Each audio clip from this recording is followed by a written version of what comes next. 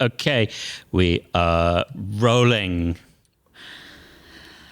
Wow, wait. This is the beginning.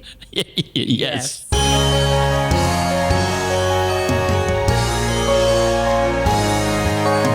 Hey, Andrew. Hey, Pippa. How are you? I'm good. Let's do a podcast. Yeah. Who's our guest today? We've had some amazing guests from the world of musical theatre in the West End. Yes. And this month, we have an amazing guest from a different world. Which world, though? From the world of improvisation. Oh, wow. I didn't know there was a separate world. We live in both worlds, don't we? We sort of straddle them both. Like a colossus. I was thinking more like, when a boat's moored, but someone hasn't tied it up properly. And so we're sort of slowly going into the splits.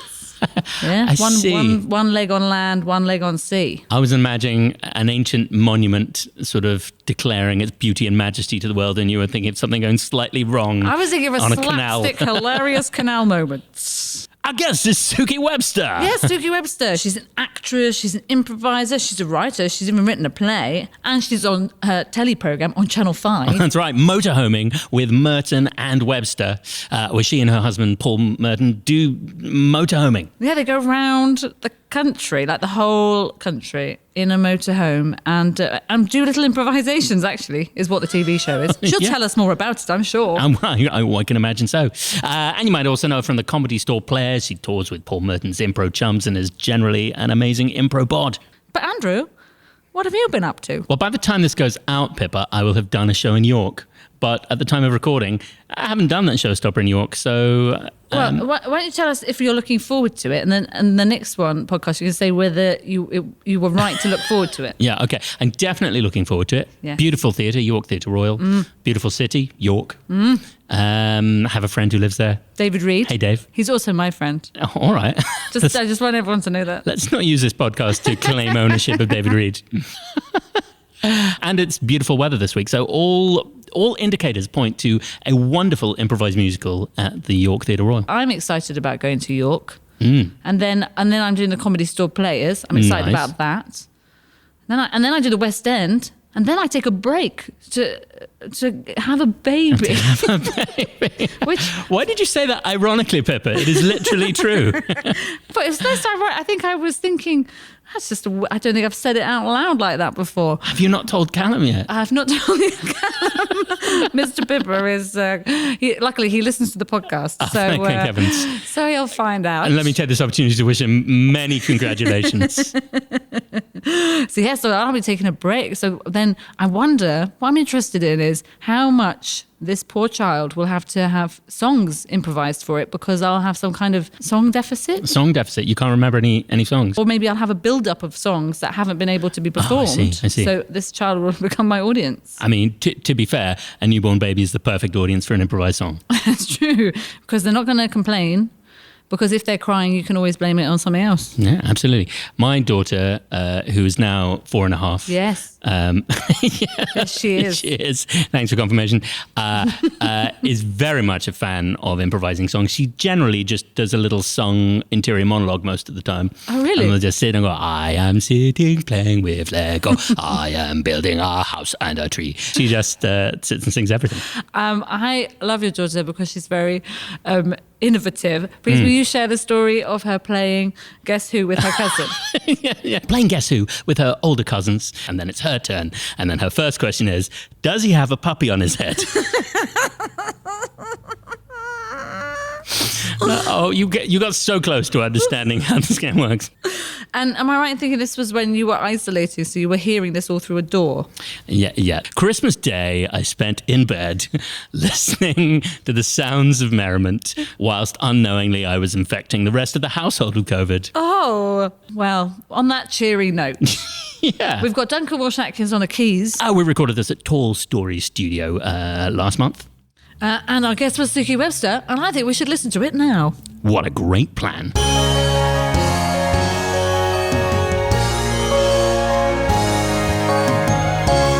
It's Suki Webster. Hello. Hello. Hi, Suki Webster. How are you today? I'm good. How are both of you? But this is such a polite introduction. Well done on everyone's manners so far. Yes. I felt like I wanted to mention your hair and then realised it's a podcast, but you've just had your hair done. And and it looks great. Thank you very much. Is that because you're about to go on tour? You're like, before I go on tour, I better get my hair done. Absolutely, because it was so frayed at the end that I had like a triangle head. Wow. You know, when you start getting split ends and you just, you look like a triangle. You didn't want to do the whole show as a Toblerone. No. It would have, there would have been a few scenes that would have benefited. I could have done the pyramids. Yes, PG tips. Something else. Come on. Something else triangle. We're all thinking, the musical instrument, the triangle. Yes. But that just would have encouraged people to hit my head. And that's not good, is it? That's not what impro's about. So we should probably introduce you to our... No, I think we should carry on in this vein for another 25 minutes Let's try or so. and just talk about triangles. In many ways, it is a very accurate introduction to Suki Webster. I would like to call you a portfolio career lady because you do lots of different things. Yes. And which means actually it's quite hard sometimes to explain what one does. Because you're an improviser, actress, you're also a writer, and also now a presenter, technically. I know. How exciting is that? Yeah. It's a lot of hyphens. Yeah. The main thing I do is improvisation. I have done bits of acting and bits of writing, and now the presenting is the new thing, and is great fun, and I hope to do more. But yeah, my main thing has always been, the spine of my career has always been comedy improvisation. That's a great way of putting it, the spine. And how did that spine begin to grow? What was the stem cell from which that spine emerged? A long time ago now, back in the early 90s, I heard about Kit Hollaback's class, and Kit and Mike Myers met in Edinburgh, and it was they who formed the Comedy Store Players. And Kit used to do a weekly class on Sundays, and I met a young man. I fancied him. He said, "Do you want to come to a workshop?" And I said yes, because I thought he was cute. So I went to Kit's class, spoke to him more, thought, "You're really dull," and then carried on with improvisation. Wow. So was he at the class? Yeah. So you rejected him in a sense, but carried on with I don't improv. think he was terribly interested in me either. Oh, right, okay. When we spoke further, it was like, there's no chemistry. We have nothing in common. You know what I mean? It was like, You're cute and you seem nice. And then we went for a coffee and it was like, but the class was great. So you started in that class, and where was that class? Because I'm always amazed by these little classes which seem to have stemmed lots of people from them. Oh, and loads came out of Kit's class. It was at the old Comedy Store, which was actually on Leicester Square. So Storm nightclub, I think it is now. Yeah, in another Soho basement, if that doesn't sound wrong in a podcast. A comedy basement, not the other type. And so were you already trained as an actress, or were you just like a person exploring stuff, or like Were you an actress or a person? were you an actress or a person? Well, just because when I went to my improv class in a stinky basement, it was such a weird mix of people. There were performers like myself, but there was also people just looking for something to do, engineers, computer guys, writers, all sorts of people. There was a mix in this. Now, I was still in full-time education. Okay, so I was an early adopter. So what, you were doing a degree or something? I had just finished A-levels, and then, yes, I went to Middlesex Poly. But I might have started at the end of my A-levels. I can't remember. One or the other. But I know I was, during the week, I was still a student. Wow, that's quite bold. I was. I was a feisty wee thing. And what drew you to improv in those days? What made you stay when you found out the guy was dull? Yes. In your rom-com. I think the same thing I still love. I love that spark that goes between people, and that moment when you're like, oh, my head alone couldn't have thought of that. And also when you surprise yourself. I loved how collaborative it is. I liked all of the people. And I can remember back then thinking it was slightly cool, and now I think, God, we were all such slight little misfits. But it does attract lovely people, doesn't it? Because it is about teamwork, and it's about listening, and so the type of people that are into that are normally super nice, sociable people. Yeah, I think the people that stay, I remember several times someone coming to the class who really should have been in a stand-up class. And they would never come back because they couldn't cope with the fact that you had to share the stage, you know, and listen to other people's ideas, maybe allow someone else's idea to be really good. So it is funny who stays the distance. I would say there's a lot of very nice improvisers. Yeah.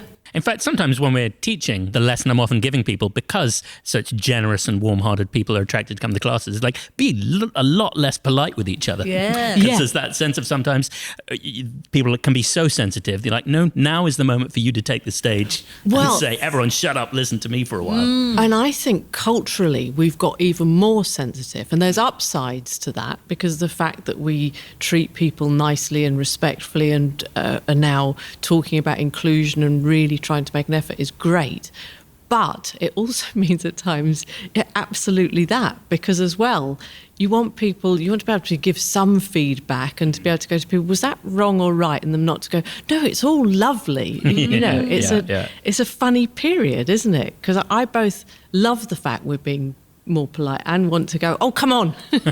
Well, also because otherwise you don't get interesting scenes. Because again, if you've got two very nice people improvising together very nicely, it means your scene is just going to be very nice. Yes. So I often have to end up coaching people to play a nasty character. It's like, play someone that you would be horrified to be mistaken for, you know? Yes. And sometimes people are frightened that they're even able to do that, because to suddenly realise that there is this version of something in you that is evil and cruel and mean. And I do notice sometimes people need to be teased out of them, if you like. Yeah, interesting. Yeah, it's like a shadow side, isn't it? Because I don't teach that often, although I did start teaching over lockdown just because I was missing that sense of impro community so much. And online shows are such a damp shadow if you haven't got a proper tech team. Just doing it on Zoom with that second delay is less than ideal. Yeah. But the one I always used to find would make people very toe curly was status. People, people hated if they weren't high status already. They felt somehow like they were betraying their own humanity to be playing a mean boss with all the power. Which is so funny, because I did this course with Stella Adler, the New York Theatre School, over lockdown last year, and one of the teachers was this little old lady called Betsy Parrish, and she was amazing, and she was just in the corner. It was a Zoom online course, and she was just in the corner of the window, you know, and she said this great line, which was, the further you get away from yourself, the more of yourself you will find, which I just thought was, I use that all the time, great. Because it's such a great thing to say to someone who goes, oh, I can't do that, you know, just go over there, and I promise all it will do is show you your boundaries of who you are. Yeah. Betsy Parrish. In fact, they just named a theatre after her in the Stella Adler building, because she's really? so iconic. She's still alive. She's still alive. Wow. She was there. I saw it on Instagram. So that's the end of that story.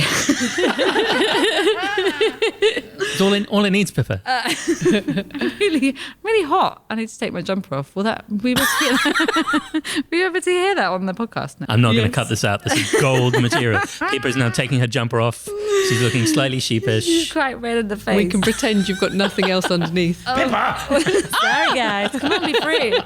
Anyway, Suki, you perform with the Comedy Store Players. Yeah, guest of the Comedy Store Players, core member of Paul Merton's Impro Chumps. Yes. You're about to go on tour for 50 dates, I heard. Something. 46. 46. But you were Pretty virtually close. I was right. pretty close. Yeah. That's a lot of And dates. I'll do 4 in my living room if it will help the podcast, just so it's 50. How do you maintain that long a tour? Because that is a long time. Well, we do have 2 days off a week. Okay. So it's not like I once did a show for 6 weeks where we were doing 6 nights a week.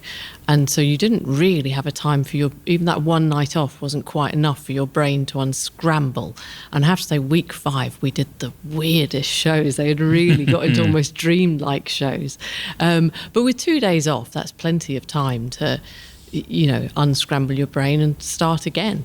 So it's just great fun. Yeah, I'm And you guys have a full-on tour bus, don't you? Yes, we do, which is fantastic, which is like a coach size. And it has a little sitting room at the back. And this time we've got a sitting room at the front as well. So Double sitting room. Double sitting room. And it's got downstairs, it's got like a small kitchen area that just has a kettle and a microwave. So we all turn up with our little microwave meals for the day, or whatever, sandwiches, and pop them in the fridge. So it's really comfortable, really easy. We come back to London most nights, unless we're, as far away as Scotland or further afield, and it's not possible. So it's very relaxing and very nice. And then we all run about the stage and have a laugh together. Well, it's so nice. And do you take it in turns to drive the bus? Yes. Blindfolded. No, we have a lovely driver called Chris. And does he drive? Because Dolly Parton, who I love, she has an Dolly extra petrol tank on her tour bus, so she can always get back to Nashville. Yeah, because she's always going to be in Tennessee. So she will drive however far she has to get back home. Yeah, which is bonkers because she lives in America. Yeah, that's much more of a challenge than driving back from Wakefield. Yeah, exactly. And also, doesn't she just stop at petrol stations? Why does she need her own? I never thought of that. I mean, who knows if it's true? I think there might be a symbol. She's speaking metaphorically, I think.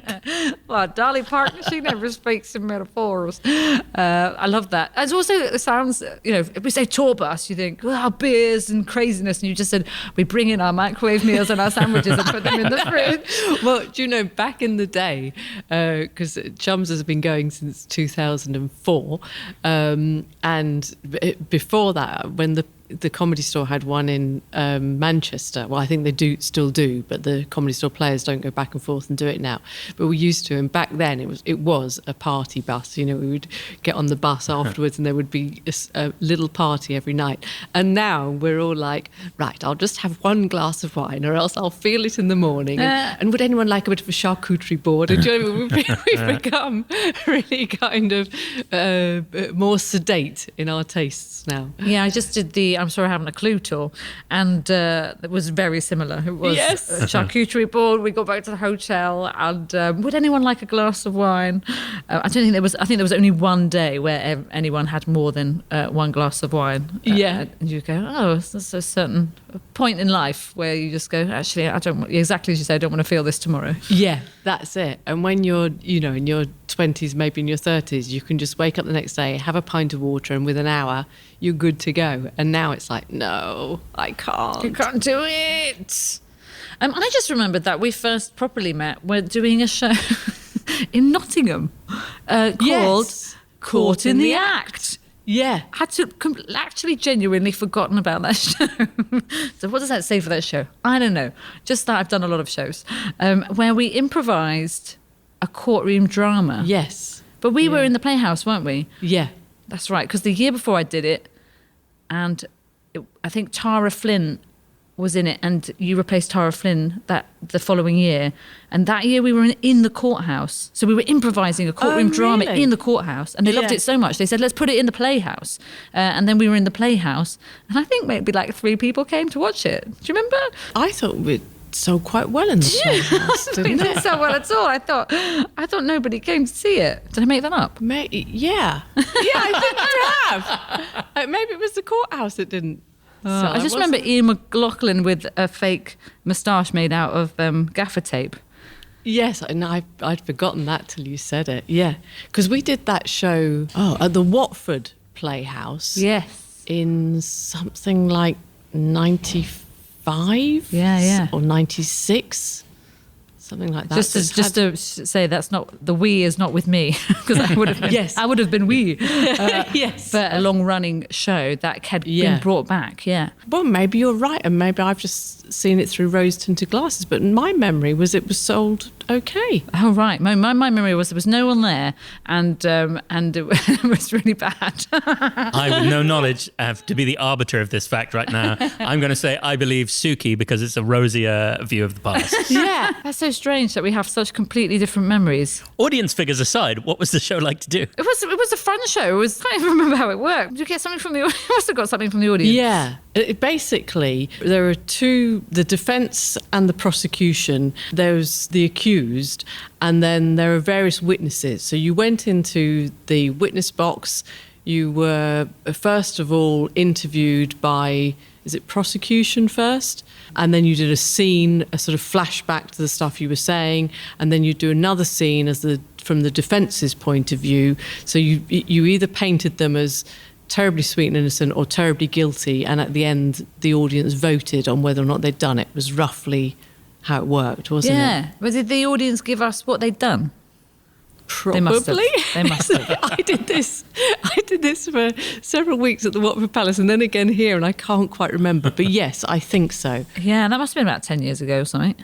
Yeah. Yeah. Yeah, a long time ago, wasn't it? See, improvisers, they always overlap. Because in fact, Ruth Bratt of Showstopper, she will be in Impro Chums tour. Yes, she will. Yeah. Alongside Mike McShane. Yes. Who was in one of our first ever shows at the Edinburgh Fringe in 2008. Yes. And Lee Simpson, never been in a Showstopper. Oh, you have to change that one day. I believe he loves singing. Yeah. And who else is it in Chums? It's Richard. So it's obviously Paul. And Paul Merton. Paul Merton, as it's Paul Merton's Impro Chums. So it's Paul, Richard Branch, Lee Simpson, me, Mike McShane. And for this tour, Lee has several other commitments, so can't be there. So when he can't be there, we will have the lovely Ruth Bratt. Oh, she's stunt Lee. I hadn't realised that. Classic Ruth. Stunt Lee. And do you have music on the Impro Chums tour? Yeah, we've got Kirsty Newton on keyboards. I mean, obviously, it's Ruth and Mike are great singers.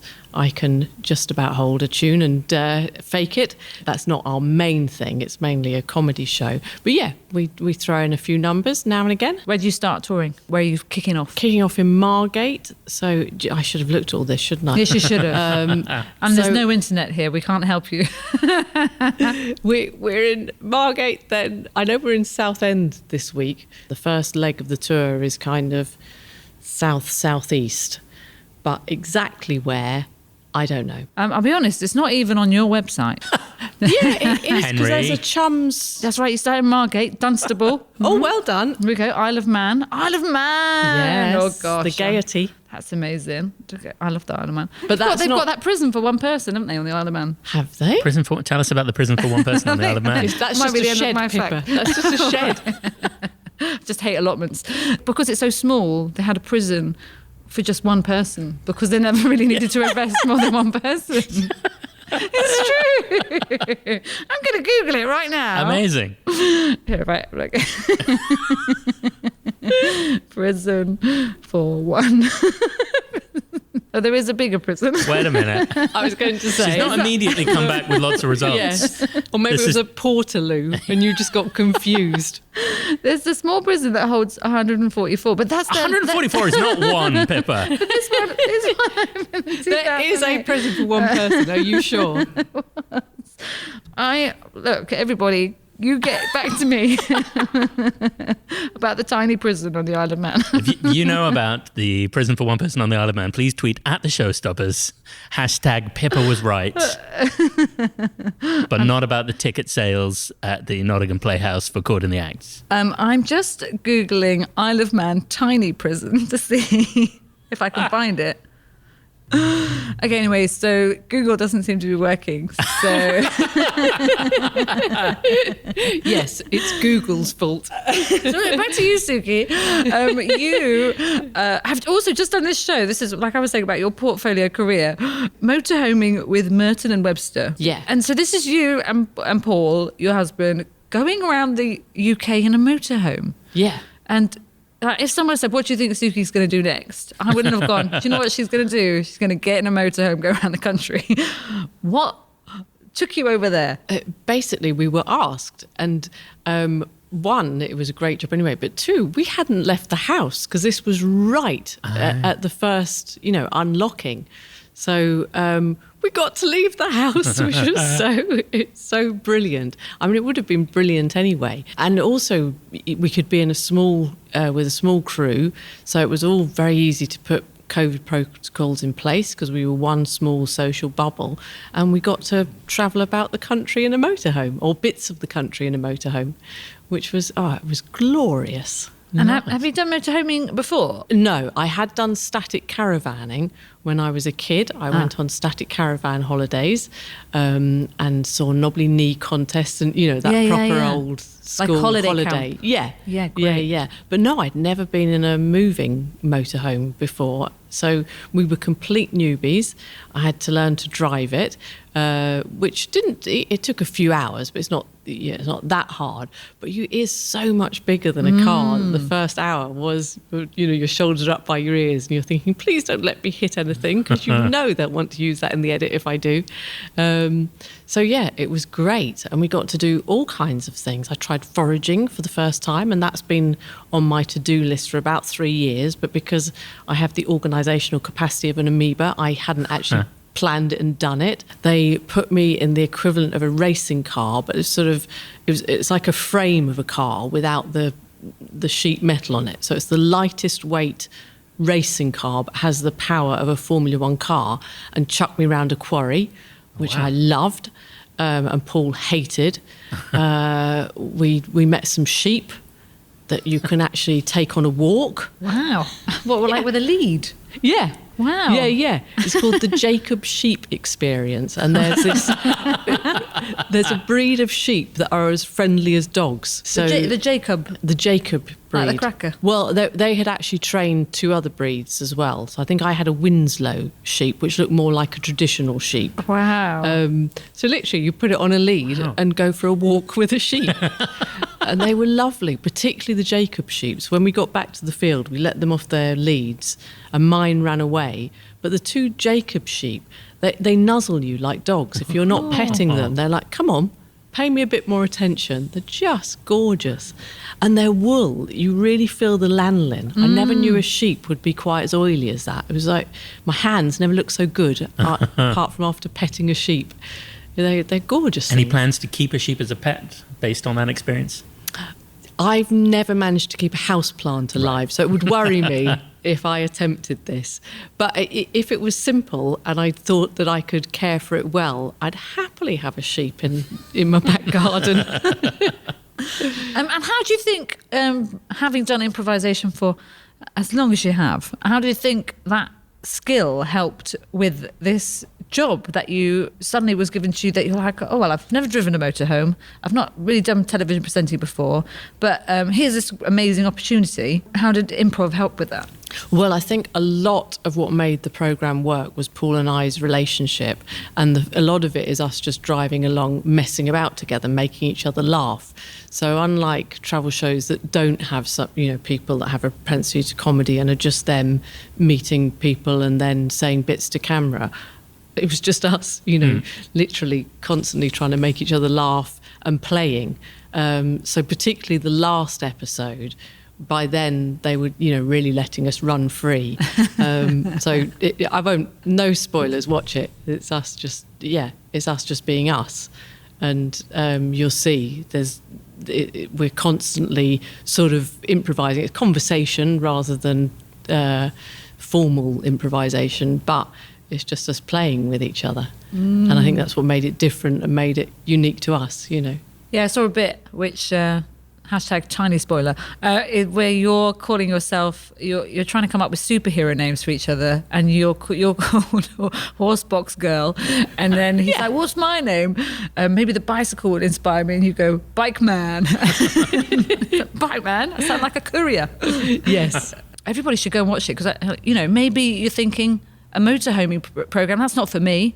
But exactly as you say, it's not like a normal travel log show, because it is sort of like Paul and Suki happen to be in a motorhome while they improvise. Yeah, that is kind of us. You put 2 improvisers together, they will just spend their whole time trying to make each other giggle. And it must be nice working with your other half and at such close quarters and going on tour with impro chums. And, as an actor, one gets quite used to often not seeing one's spouse. And is that always fun, or does that get tricky working in a professional relationship at the same time? I mean, very, very rarely. I mean, because Paul's career is so much bigger than mine. There are, so like with Paul Merton's Impro Chums, he's got the final say. And if I don't like it, I can't have my wife hat on. I've got to have my Impro Chum hat on and just go, yes, of course, and say nothing else. So that's the only time. But, you know, he's very reasonable and very good. So it's rare that happens. Otherwise, it's just a joy because, like you said, you get used to having to leave your family behind, and that's quite difficult. We don't often have to do that. So, yeah, it's great. So, Suki. Yes, Pippa. Have you done any improvising musicals in your life? Yeah. Back in the day, we had a show called The Impro Musical with Alan Marriott at the helm. And was not R. Phil Pellew in that as well? Yes, your Pellew was there. Is he Pellew or Pellew? I mean... It's like Bowie and Bowie, isn't it? They're often compared. I believe he says Pellew. Yeah. Pellew. But everyone else says Pellew. Is so nice and suits him so well because it sort of sounds like Baloo. Yes. But this is what I mean about this overlap. There's always overlap between all improvisers. Once you get to that professional level, it's amazing. Yes. Of course you were in an impro musical with Phil. And when was that? That was in the 90s? Yeah, that... 8? Have I made that up? Something like that. Yeah. Yes. Like I said to you before we actually began recording, I think everything has happened in the last 3 to 5 years. So when I try and turn my mind back, it's like, when was that? But yeah, let's say 98. Maybe it was earlier. What were you doing in 1998, Pippa? I was enjoying Euro... What? I was enjoying Euro 96. I tell you Watching why. back VHS tapes. It's because in my head, I went to my school and I was in the classroom where we were all really sad when we lost the Euros. What was I doing in 1998? I was doing my GCSEs for the whole of it. What were you doing? whole of it? What were you doing for 1998? It depends. Was it January? Was it December? No. Are we stressed in this memory, or are we like, oh yeah, got my GCSEs starting? I mean, you're not there at all in my memory in 1998. I don't think we met for a good another 10 years. That's true. That is true. Anyway, Suki, you were in the improv musical. Yeah. Or impro it would have been. Impro, Because of course, the change, which I think we have discussed on this podcast before, from impro and then the American pronunciation of improv turned up, and now that's what most people say. But everybody, I think, apart from me, I still sometimes cling on to the impro. And also the European/UK improvisation tends to come from more theatrical, and the American improv does tend to be more comedy sketch, and then the twain meet. So it's almost helpful to go improv. Yeah, sometimes. You know, because when I started, it all came from the comedy. There wasn't really much theatrical to begin with, because Kit and Mike had brought it over. It was all short form games and as gaggy as possible. And I don't mean gaggy, that sounds like I'm being pejorative, as jokey as possible. The impro musical was a long form, but was it more aimed at being a funny musical, do you think? No, it was funny, but it was definitely a theatre show. But before I'd done that, the only stuff I had seen was in comedy clubs. You know, so most of it came out of the comedy club. But then Alan came over from Canada. Yes. So clearly he brought that influence from there, and I guess there maybe they were doing more theatrical. Which came from Keith Johnson, who'd moved over there from the UK, see? Yes. So it's all circles and roundabouts. All, as you said in the last episode, lapovers. Lapovers. The Venn diagrams. Didn't it have a TV pilot? Did I make that up? We had a TV series. That's right, yeah. But it was back in the day when ITV had, you know, different hubs. So we did it for Yorkshire television. That's right. So it was only shown in Yorkshire region, which included Newcastle. It wasn't shown over the whole country. But yeah, we did a 6-part series with it. And I think it was Ian and Bev that managed to get Yorkshire TV, because they are based in Newcastle and had managed to get a contact there. So no, we actually made it into a series. That's right, because I was trying to... It says that Ian McLaughlin and Bev Fox, who run the Suggestibles, who are based in Newcastle, fabulous improvisers, great improv school if you're in the area. Did the producer die or something? No, that was before we nearly went into the West End. That's right. So we did a one-off show at the Fortune Theatre. Yes. I think we were going to do Sunday evenings when the theatre was dark, and it was all being set up. And this is such a dark story, but anyway, he flew to Singapore, got some kind of terrible food poisoning, and died before he could come back. So literally, we were weeks away from opening, and then the whole thing disappeared, which was just, devastating. But poor man as well, because he wasn't old, this guy. He was in his 40s maybe. Wow. And just through having a bizarre reaction to some food he ate in Singapore, that was the end of him. Wow. Yeah. So there you go. Any performer has had that experience of, oh, the thing's going to be it's just as a But also, we could have opened and not made a success of it as well. Yeah. Do you know what I mean? Oh, yeah. It could have been, because you as showstoppers have done it, we could have got there before you and done it, but it doesn't just because it didn't happen, we never got to try. We might have done 2 Sundays and everyone gone, nah, thanks. You just don't know, do you? No, you just don't. You just don't know. And if there's a message for us to take away. Suki, would you like to sing a song with us? I'd love to. Oh,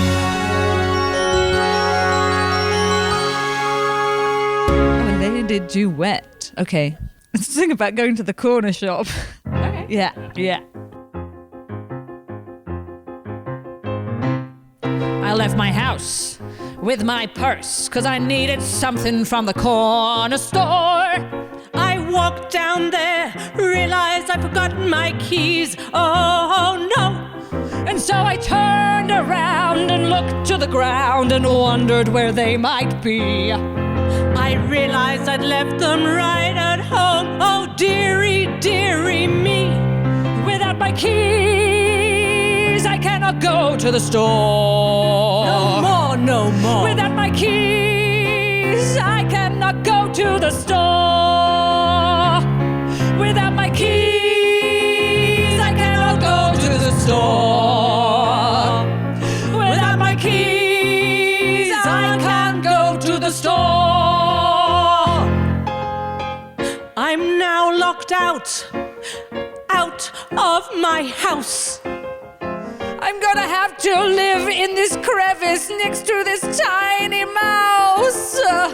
I can't go buy many things, they're in the store. I don't know if I'm going to be able to live anymore. Oh, without my keys, I cannot go to the store. Without my keys, I cannot go to the store. Without my keys, I cannot go to the store. And without my keys, I don't think that I live here anymore.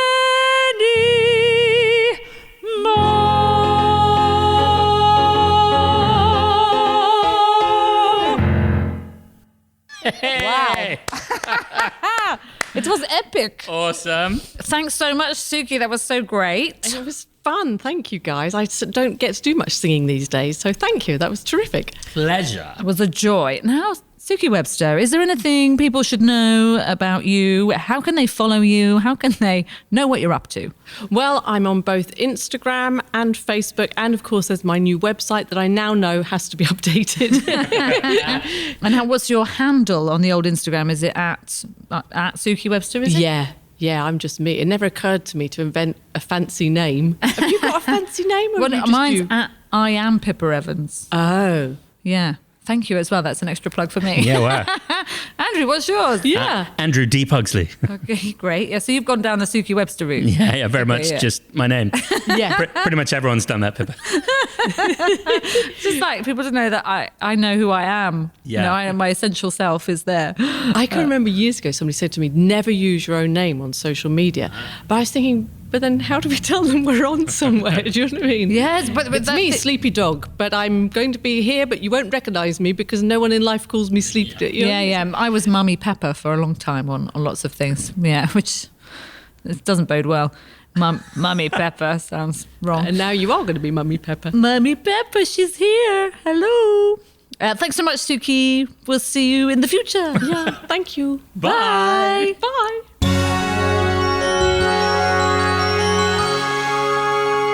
That was Suki. Oh, what a lovely lady. She is one of the nicest people in show business. Really, honestly, just so lovely. And I really enjoyed our song. Yeah, you did some epic work. It was a big number, and my lung capacity was bigger then. Not sure I manage it now. Wait, am I now? Are we now? What's the time frame? What are you asking? Is it fair to say lung capacity, or should you really say diaphragm capacity? Well, to be fair, I don't think your diaphragm has capacity as such. It maybe has strength and power. Okay, so you should say diaphragm power. Great diaphragm power in that song. Great diaphragm power. And it was just lovely to hear all about making that TV show and being on tour, and what a lovely life she leads. I know, right? Jealous much? No, not at all. Hey, Pippa. Yes? Here's the thing. Yes? We, the Showstoppers, are on TikTok. Is that right? That is right. The young people's platform. Apparently, more than half the users of TikTok are over 35, Pippa. Is that right? Yeah. Well, I won't be able to use it then, because I'm under... oh, no, because I'm the other half. Okay. You're the other half. So it didn't work. Yeah. Scratch it. Forget it. I didn't say Works. it. It was great. But we're on TikTok, which means that you lovely listeners can follow us. Just look out for Showstopper Musical. And we do some things on TikTok that aren't on other social media platforms. Yes. So have a little look. There's one up there at the moment where you can duet it and you can sing a little improvised duet with Pippa Evans. That's right. I mean, if that doesn't make your day, get a better day. Get a better day. That's right. If you are listening to this and you enjoyed it, maybe you'd like to give us a rating. Of 5 stars, please. And maybe you'd like to tell your friends about it, because we love making this podcast, don't we? Yeah, and we want to make many more to come. Yes. But on that note, Andrew, I need to go home. That seems entirely reasonable. I grant you permission. Thank you. Goodbye. Goodbye.